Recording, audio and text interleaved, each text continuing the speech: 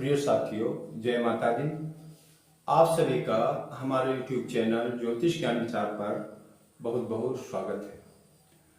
मित्रों, आज हम अपने इस मासिक राशिफल के कार्यक्रम में मकर राशि के जातकों के लिए दिसंबर महीने का राशिफल लेकर उपस्थित हैं। आप लोग अंत तक हमारा वीडियो देखें, इसे लाइक और शेयर करें, हमारे चैनल को सब्सक्राइब अवश्य करें। मित्रों, जब दिसंबर का महीना शुरू होगा तो ग्रहों की स्थिति कुछ इस प्रकार होगी। ये आपके सामने प्लैनेट चार्ट दिखाई दे रहा है। सूर्य देव का गोचर 16 दिसंबर तक वृश्चिक राशि में रहेगा और 17 दिसंबर को सूर्य देव जो है वो धनु राशि में प्रवेश कर जाएंगे। मंगल देव का गोचर 27 दिसंबर तक वृश्चिक राशि में रहेगा। इसी प्रकार बुध देव का गोचर 27 दिसंबर तक धनु राशि में होगा। देवगुरु बृहस्पति का गोचर मेष राशि पर हो रहा है, जो आपकी राशि कुंडली में चतुर्थ भाव में विराजमान है। शुक्र देव का गोचर 24 दिसंबर तक तुला राशि पर होगा। शनि देव का गोचर कुंभ राशि में हो रहा है। राहु का गोचर मीन राशि में है और केतु देव कन्या राशि में गोचर कर रहे हैं। कन्या राशि आपकी राशि कुंडली में नवम भाव में पड़ रही है, तो इस प्रकार केतु देव आपके नवम भाव में विराजमान है। शनि देव द्वितीय भाव में विराजमान है। राहु देव आपके तृतीय भाव में विराजमान है और शुक्र देव आपके दसम भाव में विराजमान है। यह है ग्रहों की स्थिति। अब देखते हैं कि इन ग्रहों का मकर राशि के जातकों पर क्या प्रभाव पड़ेगा। सबसे पहले स्वास्थ्य पर एक दृष्टि डालते हैं। मित्रों, मकर राशि की कुंडली में राशि स्वामी शनि देव है, जो स्वक्षेत्रीय होकर धन भाव में विराजमान है और देवगुरु बृहस्पति सुख भाव में है। तो ऐसा लग रहा है कि दिसंबर के महीने में आपको स्वास्थ्य की कोई बहुत बड़ी समस्या नहीं होगी, परंतु मुख और दांतों संबंधी दिक्कत आपको हो सकती है। इसका आप थोड़ा ध्यान रखें। धन भाव की अगर बात करें तो मित्रों, द्वितीय भाव होता है धनेश, शनि है जो स्वक्षेत्रीय है, वहां विराजमान है और लाभेश मंगल की चतुर्थ दृष्टि भी पड़ रही है। तो ये स्थिति संकेत दे रही है कि दिसंबर में आपके पास धन आता रहेगा, लेकिन मंगल की दृष्टि शनि पर हो रही है और शनि की दृष्टि मंगल पर पड़ रही है। तो ये दृष्टि संबंध आपके परिवार में तनाव भी पैदा कर सकता है। परिवार के सदस्यों के बीच मनमुटाव की स्थिति हो सकती है और इसको लेकर आप चिंतित और परेशान हो सकते हैं। तो इसे आप अपनी बुद्धि चातुर्य से सुलझाने का प्रयास करें। तृतीय भाव में आपके राहु देव विराजमान है। तृतीय भाव में स्थित राहु अच्छा फल देते हैं और व्यक्ति के पराक्रम में वृद्धि करते हैं। तो आपके पराक्रम में वृद्धि होगी और छोटे भाई बहनों के सहयोग से आपके कार्य इस महीने बनेंगे, जिससे आपको लाभ होगा। चतुर्थ भाव में स्थित देवगुरु बृहस्पति जो है वो आपके खर्चों को बढ़ाएंगे अचानक, क्योंकि देवगुरु बृहस्पति द्वादश भाव के स्वामी होकर चतुर्थ भाव में बैठे हुए।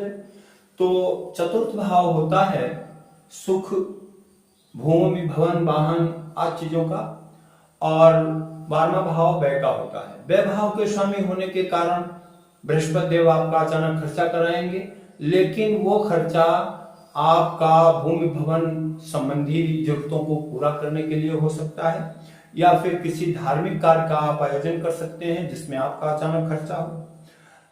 पंचम भाव पर अगर दृष्टि डालें तो पंचम भाव संतान का होता है, प्रेम, प्यार और विद्या बुद्धि।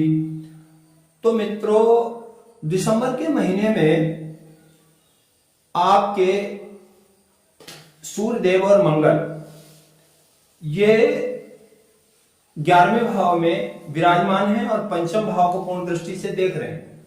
सूर्य देव 16 दिसंबर तक 11वें भाव में रहेंगे और अष्टमेश भी हैं। तो मित्रों, 16 दिसंबर तक आपके प्रेम जीवन में उथल पुथल हो सकती है। आपके पार्टनर से आपका टकराव हो सकता है, वाद विवाद हो सकता है और यहां तक कि रिश्ते टूटने की स्थिति भी बन सकती है।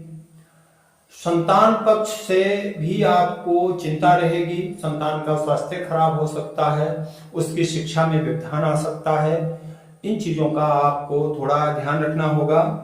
और 16 दिसंबर के बाद जब सूर्यदेव राशि परिवर्तित कर जाएंगे तो स्थिति बेहतर हो जाएगी। षष्ठम भाव होता है रोग और ऋण का और द्वादश भाव होता है खर्च का।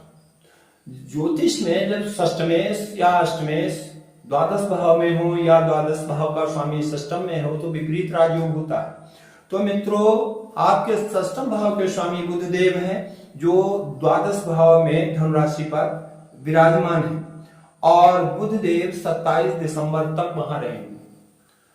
तो स्थिति इस प्रकार बनती है कि आपको संघर्ष करना पड़ सकता है, आपको मेहनत अधिक करनी पड़ सकती है, स्थितियां विपरीत हो सकती हैं, लेकिन परिणाम शुभ होगा क्योंकि विपरीत राजयोग दिखाई दे रहा है।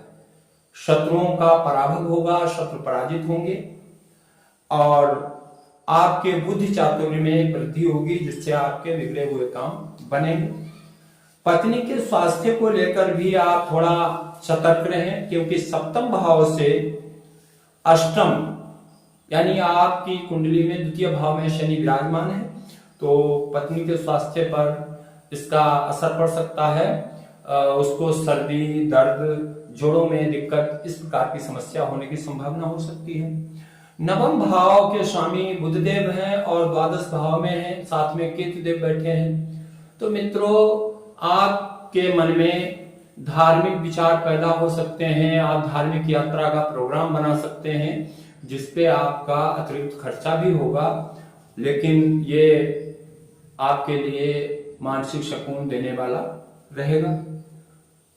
आपकी कुंडली में दसम भाव बहुत मजबूत है क्योंकि दसम भाव के स्वामी शुक्रदेव हैं जो स्वक्षेत्रीय होकर विराजमान है अपनी तुला राशि पर और सुख भाव को देख रहे हैं। तो मित्रों, कैरियर के क्षेत्र में आपका समय बहुत सुंदर रहने वाला है। आपको सहकर्मियों का पूरा सहयोग मिलेगा और आपके प्रमोशन के भी योग बनेंगे और साथ ही शुक्रदेव की दृष्टि चतुर्थ भाव पर होने से दैनिक उपयोग की वस्तुओं में वृद्धि होगी और आपका सुख जो है वो बढ़ेगा, ऐसा प्रतीत हो रहा है। लाभेश मंगल भी स्वक्षेत्रीय हैं तो विपरीत परिस्थितियों में भी आपको लाभ होता रहेगा, लेकिन कुल मिलाकर दिसंबर का महीना आपके लिए मिला जुला रहने वाला है। संघर्ष रहेगा, संघर्ष के उपरांत ही आपको लाभ प्राप्त होगा क्योंकि शनि, बृहस्पति ये कोई भी ग्रह सही स्थिति में नहीं है। मित्रों, राहु देव आपके तृतीय भाव में हैं और आपको राहु मंत्र का जाप करना चाहिए क्योंकि राहु पराक्रम में वृद्धि करते हैं और पराक्रम से ही हम अपनी समस्याओं का समाधान निकालते हैं। आपकी राशि स्वामी शनिदेव हैं तो आप शनिदेव की उपासना कर सकते हैं, ओम शं शंशाय मंत्र का जाप कर सकते हैं या आप भगवान शिव के मंत्र ओम नमः शिवाय का अगर नित्य जाप करते हैं तब भी स्थितियां आपके अनुकूल बनेंगी। आपको दिसंबर महीने की 11, 13, 14, 21, 22, 28 और 29 तारीखों को विशेष सावधान रहना होगा। इसी के साथ हम अपना ये वीडियो पूरा करते हैं, फिर मिलेंगे। जय माता।